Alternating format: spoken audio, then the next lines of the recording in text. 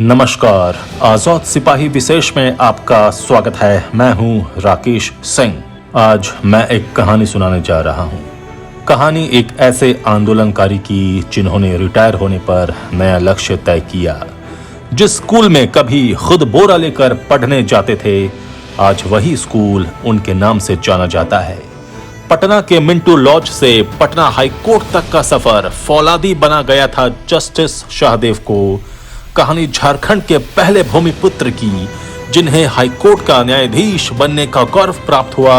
कहानी justice LPN Shahdeo की। न्यायमूर्ति लाल पिंगलानाथ शाहदेव यानी जस्टिस एलपीएन शाहदेव का जन्म 3 जनवरी 1930 को लातेहार जिला के चंदवा प्रखंड के बीहड़ जंगल के एक गांव में हुआ। उस गांव का नाम हरोल है। न्यायमूर्ति एलपीएन शाहदेव राज परिवार से ताल्लुक रखते थे, लेकिन परिस्थितियां कुछ ऐसी बनी कि संघर्षों के महाजाल में जिंदगी कठिन बनती चली गई। उनका शुरुआती सफर बहुत ही संघर्षों भरा रहा। जब पढ़ाई शुरू की तब लोगों ने कहा कि राजा के बेटे को पढ़ने की क्या जरूरत है, लेकिन श्री शाहदेव को उनके पिता ने पढ़ाना शुरू किया। राजपाट और जमींदारी चली गई थी, लेकिन उस परिवार ने कभी भी बुलंदियों को भी माथे से नहीं लगाया। श्री शाहदेव में संस्कार कूट कूट कर भरा था। वो शुरू से ही आदर्श पथ पर चलने वाले थे। उनकी प्रारंभिक शिक्षा लातेहार जिला के उन बीहड़ जंगलों के आसपास के इलाके में ही हुई। वो जंगल जितना घना था उतना ही अनोखा था। उस जंगल के घनत्व में कुछ तो बात रही होगी, जिसने श्री शाहदेव की रगों में संघर्षों से लड़ने की शक्ति भर दी। फिर क्या था? बाल शाहदेव ने खुद का बोरा उठाया और जमीन पर बिछाकर सरकारी स्कूल में पढ़ाई शुरू की। कक्षा 5 तक वो उसी सरकारी स्कूल में पढ़े। पढ़ने की ललक इतनी कि बीहड़ से निकलकर पहुंच गए रांची के रातू रोड। वहां उनके काका का घर था और श्री शाहदेव वहीं रहकर पढ़ने लगे। उन्होंने अपनी 10वीं तक की पढ़ाई बालकृष्ण स्कूल से पूरी की। उसके बाद उन्होंने रांची कॉलेज से अपनी इंटर और ग्रेजुएशन की पढ़ाई पूरी की। शुरू से ही संघर्ष पथ पर चलने वाले श्री शाहदेव की जिंदगी में संघर्ष कम नहीं था कि अब नित दिन और नए नए संघर्षों से उनका सामना होता गया। अपने काका के यहाँ रहकर जब वो वहाँ पढ़ा करते थे, उस दौरान वहाँ काफी संख्या में और भी बच्चे रहकर पढ़ा करते थे। पढ़ाई में फोकस बहुत जरूरी होता है, ये वही समझ सकता है जो पढ़ता है। लेकिन अपने फोकस से श्री शाहदेव डिगे नहीं, मन लगाकर बस पढ़ते रहे। कभी राज परिवार के सपूत रहे श्री शाहदेव के पिता की जमींदारी छीन जाने से आर्थिक तंगी और संघर्ष जिंदगी का एक हिस्सा बन गया। इसी संघर्ष का चरम ये रहा कि उन्हें कई बार मैले कपड़े पहनकर भी स्कूल जाना पड़ता था। लेकिन पढ़ाई का जुनून इस कदर था कि वो डिगे नहीं। वो कानून पढ़ना चाहते थे। उस वक्त रांची में कानून की पढ़ाई नहीं होती थी। उन्होंने बैग पैक किया और पटना निकल गए। यहाँ उनकी मुलाकात एक और नए संघर्ष से हुई। उस संघर्ष का नाम था मिंटू लॉज। श्री शाहदेव मिंटू लॉज में रहने लगे। मिंटू लॉज की भी अलग कहानी थी। वहाँ पर 50 बच्चों के लिए एक टॉयलेट हुआ करता था। सुबह सुबह लोटा लेकर लाइन में लगना पड़ता था। आप समझ सकते हैं कि ये तमाम संघर्षों से भी बड़ा संघर्ष था कि आप सुबह सुबह 1-2 घंटे लोटा लेकर लाइन में खड़े रहिए। एक राज परिवार का खून हाथ में लोटा लिए टॉयलेट के पास खड़ा होकर अपना नंबर आने का इंतजार कर रहा हो। खैर, अगर इंसान जुनूनी है तो ये सारी तकलीफें मामूली बन जाती हैं। मिंटू लॉज में रहकर और अनेकों कठिनाइयां सहकर उन्होंने पटना लॉ कॉलेज से लॉ की पढ़ाई पूरी की। श्री शाहदेव का जन्म एक अहम कार्य के लिए हुआ था और उस कार्य को करने वो निकल पड़े थे। साल था 1958 जब एलपीएन शाहदेव ने न्यायिक सेवा में एंट्री मारी। उनकी नियुक्ति मुंसिफ मजिस्ट्रेट के रूप में हुई। उन्हें पूरे बिहार में 7वां स्थान प्राप्त हुआ था।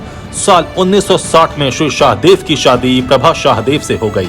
प्रभा शाहदेव तत्कालीन डीएसपी शिव प्रसाद सिंह की पुत्री थीं। अपने कार्यकाल के दौरान श्री शाहदेव की पोस्टिंग कई जगहों पर हुई, लेकिन साल 1980 में न्यायमूर्ति शाहदेव धनबाद में डिस्ट्रिक्ट जज बने। वो गया में भी डिस्ट्रिक्ट जज रह चुके थे। ये दोनों जगहें उन दिनों बहुत ही कुख्यात थीं। धनबाद तो कोयला तस्करों के लिए पहले से ही कुख्यात था और गया था नक्सलवाद के लिए। न्यायमूर्ति शाहदेव की छवि बहुत ही कड़क जज की रही थी। साल 1986 के सितंबर में न्यायमूर्ति एलपीएन शाहदेव हाई कोर्ट के जज बने। एक मुंसिफ मजिस्ट्रेट से हाई कोर्ट के जज तक का सफर आसान नहीं था। उन दिनों ये कोई आम बात नहीं थी कि कोई मुंसिफ मजिस्ट्रेट से अपना सफर शुरू किया हो और सब जज, एडिशनल जज, डिस्ट्रिक्ट जज का रास्ता अख्तियार करते हुए हाई कोर्ट का जज बना हो।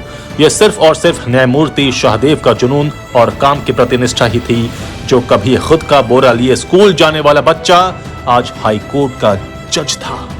उसके बाद उनका तबादला पटना हाई कोर्ट के रांची बेंच में हुआ। यहीं से वो 1992 में रिटायर भी हुए, लेकिन ये रिटायरमेंट तो न्यायिक सेवा से हुआ था।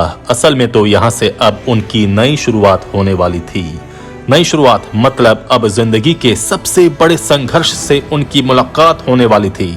अब जब उन्होंने यारी ही संघर्ष से कर ली थी तो आराम तो उनके लिए हराम ही था। निकल पड़े अपने नए सफर की ओर, नए पड़ाव की ओर, एक नए संघर्ष की ओर। संघर्ष अलग राज्य का, संघर्ष झारखंड का। ये बताना महत्वपूर्ण हो जाता है कि जस्टिस शाहदेव झारखंड के पहले भूमिपुत्र थे जिन्हें उच्च न्यायालय का न्यायाधीश बनने का गौरव प्राप्त हुआ था। जब न्यायमूर्ति शाहदेव सेवानिवृत्त हुए तो वो बैठे नहीं, उन्होंने कलम उठा ली। अपने लेखों के जरिए, विचारों के जरिए कई सार्वजनिक मंचों और अखबारों से अलग झारखंड राज्य के लिए उन्होंने तपस्या शुरू की। उनके प्रयासों से सदानों का एक बड़ा वर्ग तथा राज्य के बुद्धिजीवी भी अलग राज्य के आंदोलन में बढ़ चढ़कर हिस्सा लेने लगे। न्यायमूर्ति शाहदेव ने 1998-99 के दौर में अलग राज्य के आंदोलन का नेतृत्व किया था। रिटायरमेंट के बाद वो खुलकर अलग राज्य के आंदोलन से जुड़ गए। इनका हर मुंह आवाज आंदोलनकारियों और नेताओं का अड्डा हुआ करता था। यहाँ आंदोलन की रूपरेखा से लेकर स्वरूप तक व्यापक चर्चा होती थी। जब जब केंद्र सरकार ने आंदोलन को संवैधानिक भूल भुलैया में फंसाने की कोशिश की तो न्यायमूर्ति शाहदेव कानून विशेषज्ञ के रूप में सामने आए। उसी वक्त सर्वदलीय अलग राज्य निर्माण समिति अस्तित्व में आई थी। अलग राज्य के प्रबल समर्थक एवं गैर राजनीतिक पृष्ठभूमि से आने के कारण सर्वसम्मति से न्यायमूर्ति शाहदेव को सर्वदलीय अलग राज्य निर्माण समिति का संयोजक चुना गया। 1998 में श्री शाहदेव ने सर्वदलीय अलग राज्य निर्माण समिति के संयोजक के रूप में आंदोलन की कमान भी संभाल ली। ये वो दौर था जब झारखंड में भाजपा, झारखंड मुक्ति मोर्चा, आजसू वाम दल, जदयू सहित विभिन्न विचारधारा के कुल 16 दल अलग राज्य के गठन के लिए एक मंच पर आगे आए थे। यह झारखंड आंदोलन के बेखराव और ठहराव का दौर था। 1998 में केंद्र सरकार ने झारखंड राज्य के गठन संबंधी बिल को सदन में पेश कर राय जानने के लिए बिहार विधानमंडल में भेजने की घोषणा की थी। ये वही दौर था जब बिहार सरकार का दमन चरम पर था। बिहार सरकार अलग राज्य नहीं देना चाहती थी और आंदोलनकारी अलग राज्य के लिए मर मिटने तक को तैयार थे। ये घोषणा से बौखला कर लालू प्रसाद यादव ने कहा था कि बिहार का बंटवारा उनकी लाश पर होगा। तारीख 21 सितंबर साल 1998 बिहार विधानमंडल में झारखंड विधेयक पर वोटिंग होनी थी। बिहार विधानसभा में उत्तर और मध्य बिहार के विधायकों के बहुमत को देखते हुए यह निश्चित था कि झारखंड विधेयक विधानसभा में गिर जाएगा। सर्वदलीय अलग राज्य निर्माण समिति की संयोजक मंडली ने यह निर्णय लिया था कि 21 सितंबर को ही झारखंड बंद का आयोजन हो। इसके पीछे तर्क था कि विधेयक तो विधानसभा में वोटिंग के दौरान गिर जाएगा, लेकिन अगर झारखंड बंद सफल रहा तो केंद्र को यह स्पष्ट संदेश जरूर जाएगा कि अलग राज्य के मुद्दे पर झारखंड एक मत है। उन दिनों लालू यादव द्वारा यह दुष्प्रचार किया जा रहा था कि झारखंड की मांग सिर्फ मुट्ठी भर आदिवासियों की मांग है। लालू प्रसाद यादव ने बंद को विफल करने के लिए पूरी तैयारी की थी। पूरी रांची पुलिस छावनी में तब्दील हो चुकी थी, लेकिन झारखंड की जनता में भी लालू यादव के खिलाफ जबरदस्त उबाल था।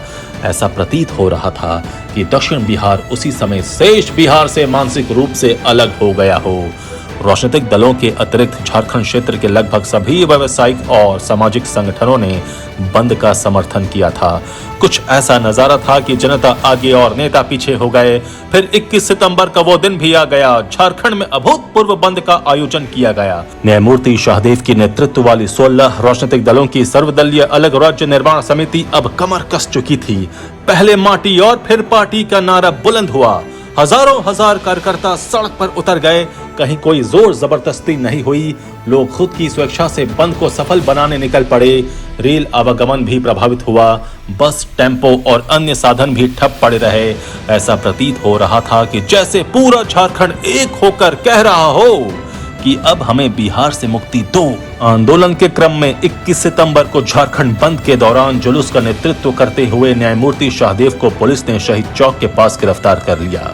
उन्हें कोतवाली ले जाया गया। वहां उन्हें और उनके संग सैकड़ों कार्यकर्ताओं को घंटों रखा गया।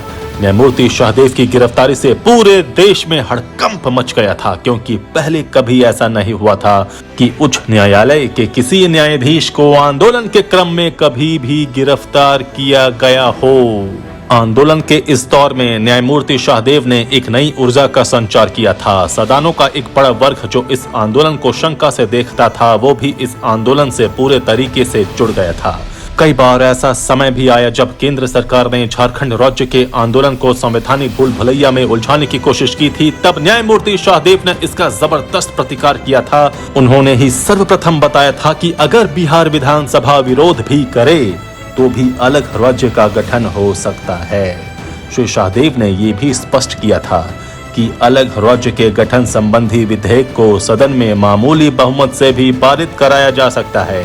इस विधेयक से संविधान संशोधन होने के कारण ज्यादातर लोग ये समझते थे कि इसे पारित करने हेतु 2/3 बहुमत की जरूरत है। न्यायमूर्ति शाहदेव ने विधि विशेषज्ञ के रूप में झारखंड आंदोलनकारियों के प्रतिनिधि के रूप में कई बार केंद्र सरकार के प्रतिनिधियों से बातचीत की थी। केंद्र भी झारखंड आंदोलन की व्यापकता के कारण इसे नजरअंदाज नहीं कर पाया। न्यायमूर्ति LPN शाहदेव झारखंड आंदोलन की रीढ़ थे। ये झारखंड आंदोलनकारियों का जुनून ही था जब 1999 में अलग राज्य झारखंड का बिल पास हुआ और 2000 में झारखंड बना। झारखंड बनने के बाद भी न्यायमूर्ति शाहदेव सामाजिक रूप से उतने ही सक्रिय रहे। वो बैठे नहीं रहे। उन्होंने फिर एक और नया लक्ष्य निर्धारित किया। आंदोलनकारियों के हक की लड़ाई की कमान संभाली। झारखंड अलग राज्य बनने के बाद आंदोलनकारियों के साथ गलत बर्ताव हो रहा था। बहुत से आंदोलनकारियों को पुराने केस में जेल में बंद किया जाने लगा था। उसी क्रम में चाईबासा के एक आंदोलनकारी भी इसी का शिकार हुए। न्यायमूर्ति शाहदेव उस आंदोलनकारी के घर पहुंच गए और उसे हर प्रकार की कानूनी सहायता दी। वहीं पर उन्होंने कहा था और अखबार में भी लिखा था कि जिन आंदोलनकारियों को सम्मान मिलना चाहिए था उन्हें जेल मिल रहा है। 2005 में न्यायमूर्ति शाहदेव को झारखंड शिक्षा न्यायाधिकरण का अध्यक्ष नियुक्त किया गया। इस दौरान उन्होंने शिक्षा के क्षेत्र में बहुत काम किया। उनकी ये भी कोशिश रही कि एक कक्षा में उतने ही छात्र होने चाहिए जितने जरूरी हों। ठूंसने वाली प्रथा के वो खिलाफ थे। उन्होंने अपने शुरुआती दौर में ही ये पाठ पढ़ लिया था। वो प्राइवेट स्कूल में फीस स्ट्रक्चर को लेकर भी बहुत मुखर रहे। जिस झारखंड अलग राज्य के लिए जस्टिस शाहदेव सड़क पर उतरे, पुलिस गिरफ्त में आए, उस झारखंड ने भी अपने भूमिपुत्र का मान रखा। उनकी पहचान को अक्षुण्ण रखने के लिए जिस स्कूल में एक बालक के रूप में वो टाट का बोरा लेकर पढ़ने जाया करते थे, आज उन्हीं के नाम से वो स्कूल जाना जाता है।